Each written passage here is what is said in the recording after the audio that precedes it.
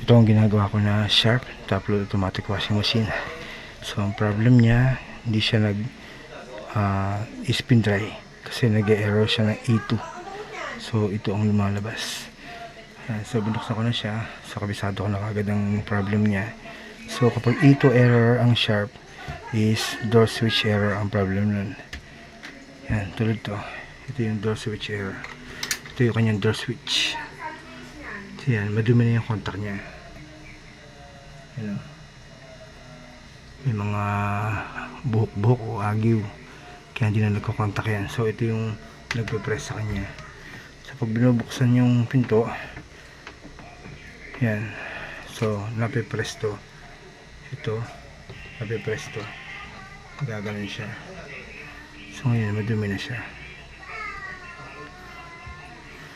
Yan, so mas patibay na scatter rito is i-bypass na lang to. So i-bypass na lang yan. Yan, para hindi na siya gagana. Lagi na siya nakakontak. So wala nang mangyayaring problema ang E2. Meaning tanggal na siya, bypass na.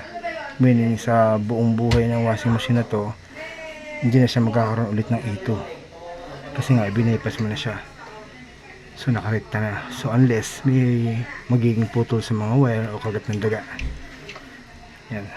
So okay na yan. Maya under na to. So kapag sa spin dry, nag-E2 siya. Yan. Yun yung pinaka simpleng solusyon. E2 error, ito yung problema.